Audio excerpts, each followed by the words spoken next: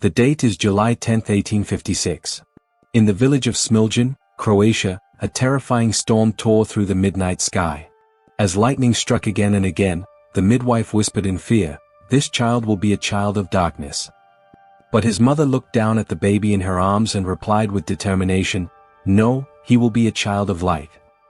That baby was Nikola Tesla, the man who invented the 20th century, brought electricity to the world, and laid the foundations for the wireless technologies we use today.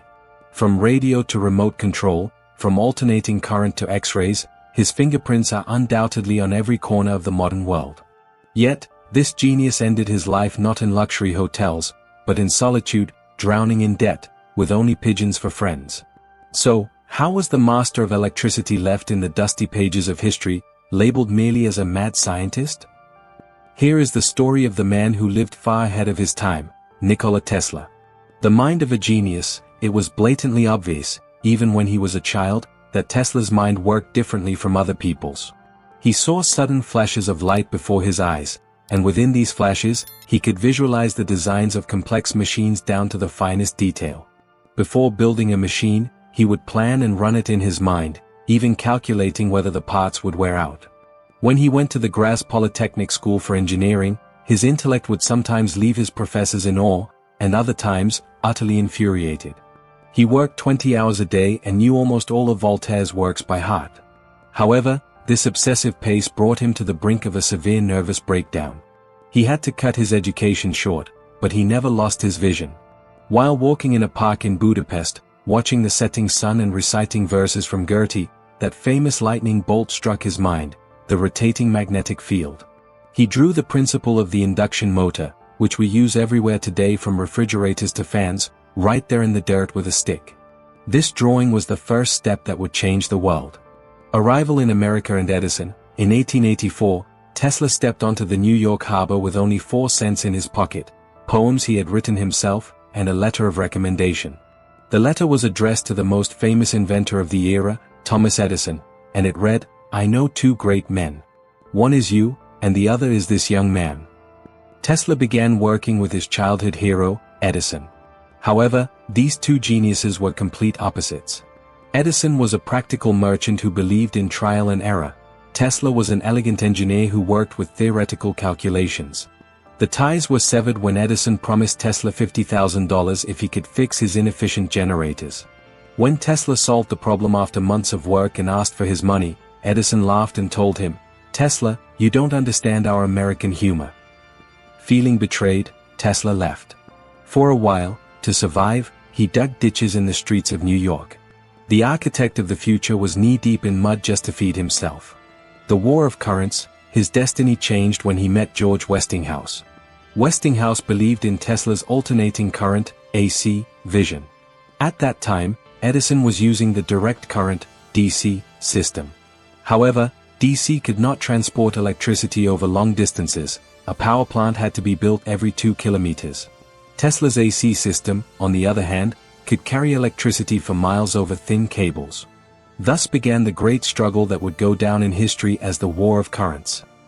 Edison resorted to horrific methods to smear Tesla's system. He tried to send the message to the public that AC is dangerous by killing animals, and even a condemned prisoner in the electric chair, using alternating current.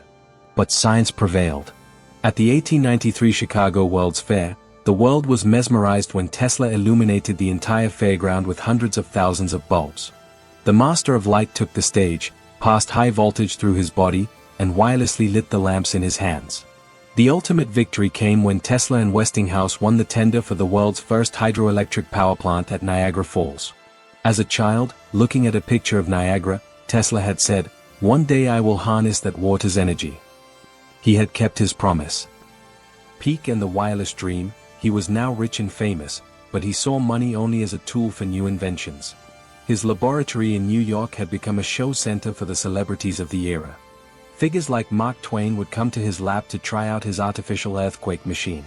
In 1898, at Madison Square Garden, he shocked everyone by controlling a toy boat in a pool remotely, using only radio waves. People thought it was magic. In reality, he was showcasing the ancestor of the drones, robots, and remote controls we use today. But Tesla's biggest dream was different. the World Wireless System. He wanted to distribute not just voice and image, but also electricity wirelessly to the whole world, for free. For this, he received support from financial giant J.P. Morgan and began building the massive Wardenclyffe Tower on Long Island. The fall and the mystery of 369. Just then, Marconi announced he had sent the first radio signal across the Atlantic. In fact, Marconi had used Tesla's patents, but the world applauded Marconi. When J.P. Morgan realized that Tesla's real goal was free electricity, he pulled his support. Because he could not profit from energy that could not be metered and sold. Wardenclyffe Tower was sold for scrap. This was the beginning of the end for Tesla. His mental health began to deteriorate. He was terrified of germs, but his obsessions went far deeper than that. Tesla believed that numbers held the secret to the universe. He was specifically obsessed with 3, 6, and 9. He would often walk around a city block 3 times before entering a building.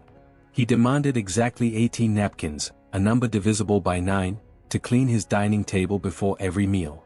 He famously said, "If you only knew the magnificence of the 3, 6, and 9, then you would have a key to the universe." Was this just a symptom of severe OCD, or did he discover a mathematical pattern in the energy of the universe that science has yet to grasp? For Tesla, this wasn't a game, it was the code of creation itself.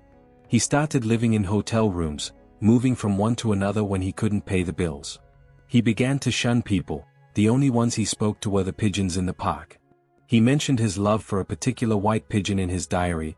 "I loved that pigeon as a man loves a woman, and she loved me. As long as she lived, there was a purpose to my life." Conclusion and legacy. Nikola Tesla passed away alone and penniless on January 7, 1943, in room 3327 of the New Yorker Hotel. He was 86 years old. Thousands attended his funeral, but by then, he was more of a forgotten genius than a living legend. His belongings and notes were seized by the American government on grounds of national security. Although attempts were made to erase his name from textbooks over the years, the truth eventually comes out. Today, from the phone in our pocket to the electricity in our home, from the internet to space technologies, the signature of that child of light is everywhere. He chose humanity, not money, the future, not the present. Let us end with his own words. "The present is theirs, the future, for which I have really worked, is mine." History is full of forgotten heroes and untold stories. If you enjoyed this journey into the life of Nikola Tesla, please like this video and subscribe to our channel. Join us, as we continue to uncover the true writers of history. Until the next chapter.